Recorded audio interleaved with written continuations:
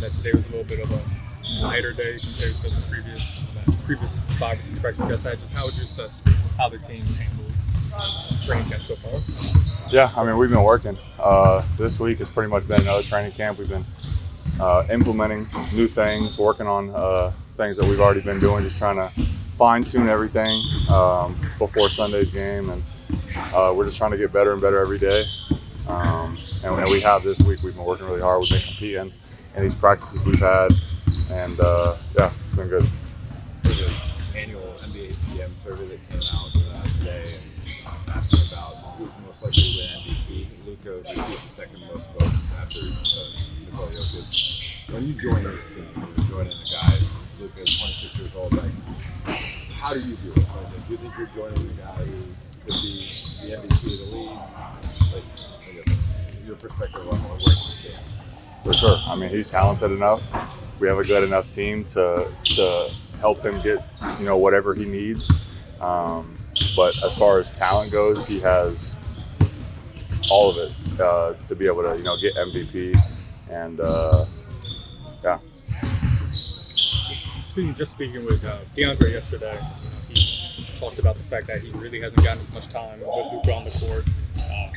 JJ mentioned that nobody's gotten time with LeBron on the court. How has that been, being a newcomer, trying to find your way, but also you're just not getting as much time with star players as much as ideally or the ideal circumstances would be? Yeah, I don't really, I don't think that really matters to me too much. Bron's a high enough IQ player, obviously. He's been in the league his 23rd year. I think I'm pretty well adjusted to be able to kind of fit in any type of scheme. Like, I don't have to, learn how he plays or play with him on the court. I think it's just like going to be when we get on the court together, like we'll just click. Like, I think I'll complement, LeBron and Luka well. So as far as like getting reps with him, that doesn't really matter to me. What matters is them being ready to go when season starts. Jake, how much are you doing trying to figure out what your role will be, might be going forward? I think I kind of know what the role's going to be.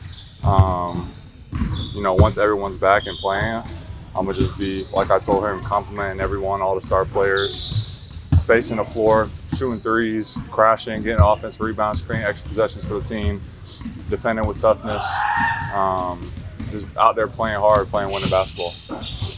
You said something a little earlier to the effect of you guys doing your part to help Luka's case for MVP. Mm-hmm. What do you see as your guys' responsibilities for that? Winning games. I think that's really it. Just we gotta win games. That's always the standard here.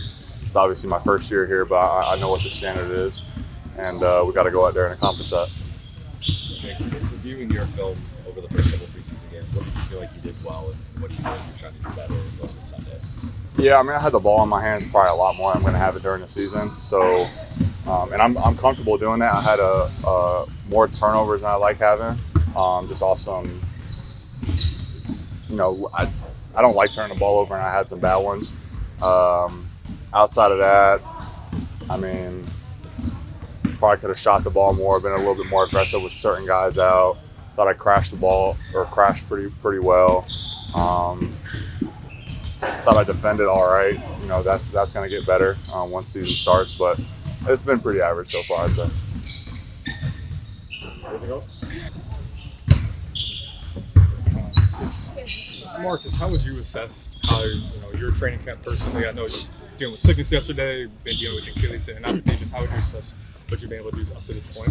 It's been a roller coaster. Definitely has, but it's part of the game.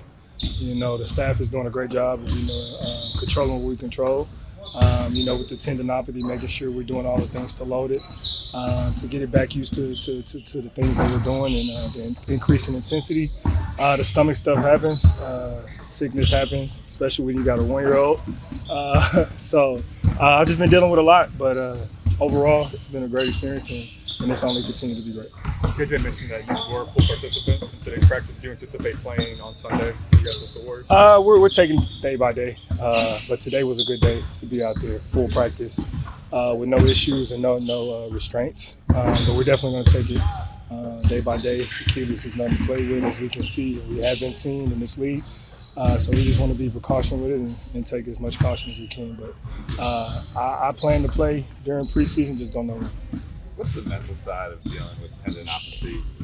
All of us watched the playoffs last year and saw how it affected certain players and teams kind of run through the postseason. Yeah, just making sure that you're not putting yourself at an extra risk.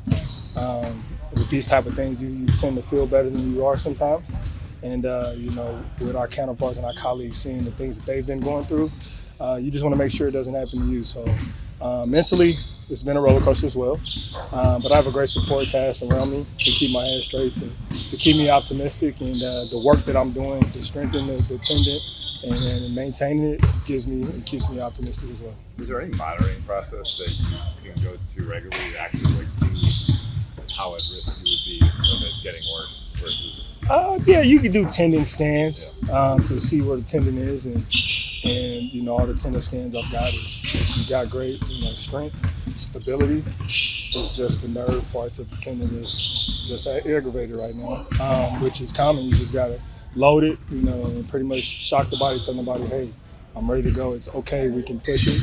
We're doing everything we're supposed to. As a veteran, how easy or hard is it to trust that process, not get ahead of yourself, know that in time it's going to work out okay? As a vet, it's a little bit easier because you've been around, you understand how this goes. You understand it's a long season, and then you kind of 12 years in, you understand your body as well. So it is a little bit easier for me than it may be for some other guys, but it's still hard because you are a competitor and you want to be out there with those guys, and especially when you're trying to coach them and you're on the sideline. It's only so much that they're going to listen to you. So, but as a vet, it does help the mindset knowing that we know what to do, we know what we have to do. Just take your time. Mike, all the guys and then JJ have been talking about what a good communicator you are, and whether you're playing or not, you're just such a vocal leader. I guess, did you learn that from a teammate or from a coach, or just where does that come from? Being the youngest of 4 boys, that's kind of it. You got to kind of speak up for yourself, and if you don't, then you kind of get left in the dust. And for me, I wasn't gonna let that happen. So, but definitely, my family, my brothers, being that youngest, you definitely have to find your voice early, and that helps a lot. Along those same lines, have you found any, being kind of sidelined the last few days, have you found any people that stood out to you, young guys that you kind of been able to coach up, or that you kind of taken on? Look, everybody actually. It's funny because everybody at some point, during these practices and preseason has come up and tried to pick my brain or what do you see here. I commend the team for that. Even some of the older guys. And I think for us to be great, we're all going to have to be able to communicate with each other. And so we don't know everything. And some guys may know more than others, and being able to pick their brain helps. Was there anybody that stood out, or any of those instances that stood out to you in particular? I don't want to just pick out one because it's been a lot. But one has been DA. DeAndre, he's been really good. Talking to me. Get frustrated or he doesn't understand some things or understand why things are doing this way, and just coming to talk to me like, hey, what do I need to do? What do you see? And that's big. I know he has had this precursor over his name, but he understands and he's ready to put the work in. So I'm proud of him, and he has stood out in that aspect. As somebody who's new to a team, is there a feeling out process for making your voice felt and that sort of leadership presence, or you just naturally feel comfortable? No, when you come to a new team, you're definitely going to sit back and let it feel out because, you don't want to be that guy that, comes in and, gets on everybody's nerves because he comes in and he doesn't know what's going on. He's just trying to talk too much. So, first couple of days I sat back, I evaluated the team, I looked at it. But like I said, the guys are coming up to me like, hey, we need you to talk. Like, what do you see? So that helps a lot when you come to a new team to have the guys come up and give you that confidence to be able to go out there and use your voice. So definitely take it slow, but definitely have to jump in there and let your voice be heard. Marcus, how is it for young players, rookies, in terms of asking questions? Because in the basketball circle, we talk about asking questions and how important that is, and even for you, being a vet and an NBA champion too. How do you feel like it's important to ask questions as a young guy? I think it's very important. I mean, you coming in, out of college, and you playing against grown men who've been doing this some 12, 13, 6, 7, 8 years, and the game continuously evolves. So it's normal. It's expected. I think the worst thing you can do is not communicate, not ask questions. and then get out there and be lost. So I encourage young guys to ask questions. Don't worry about it. There's no wrong answers. You don't know anything. You're new to it, especially rookies. You're new. So don't expect to know everything. So I definitely think asking questions is very important. And as a young guy, I remember when Phil told me, like, you don't really have too many mistakes to make. Like, you make one mistake, you out. Like, how's that, like, that experience too when learning? It's true. You don't. Fortunately, that's just how it is. Your leash is a little bit shorter than others. It should be the other way around, but it isn't. You got to come in and you got to kind of get with the program early. So if you're stuck on that sideline trying to figure it out on your own, you're probably going to screw yourself. So ask those questions. You better ask, get to know what you need to know than to get out there and not know anything. Thank you, guys. DeAndre, when we were speaking yesterday about the opportunity to kind of get to know Luka and LeBron, lamented a little bit the fact that he hasn't had a lot of time with those guys in training camp thus far. And when we were coming off last season, a lot of talk with some of the guys anticipating coming back this year was, well, we'll get this time to have training camp play and get started. Is there any bit of feeling like there was a missed opportunity here because of the way you guys have managed these stars throughout training camp? Yeah, I mean, you gotta play the cards you're dealt. I know that's a cliche, but that's just reality. And, Da got a couple days with Luka last week. No one's gotten any time with LeBron. That's not just Da; that's everybody. He hasn't been on the court with the team, so that's just reality. Do you have a clear plan in place for LeBron since the rest of preseason, especially since by this time next week he'll be done with preseason slate? Yeah, I mean he's on his own timeline. For clarity's sake, was Luka part of full practices in the first week? Oh yeah. Training Oh yeah. Some scrimmages, all of that stuff. Yeah. Okay. Did you have a question about the lines inside It's the veer line. What's the That's like when you veer, so you'll switch. Let's say you're in drop coverage. Guard gets back there, bigs a drop. That's sort of the demarcation line. Guard's not going to be able to get back in front if he's trailing the play, gets cracked on a screen. Sort of same concept on a closeout. That we haven't really practiced that as much. We've just done our rotation veers on blow-bys, but obviously you can do a two-man partnership on the veer as well with that. But it'll be in for training camp. That's just the veer line. defensive, not offensive? Yeah, exactly. Yeah. Saw Marcus back in. Just what was he able to do tonight?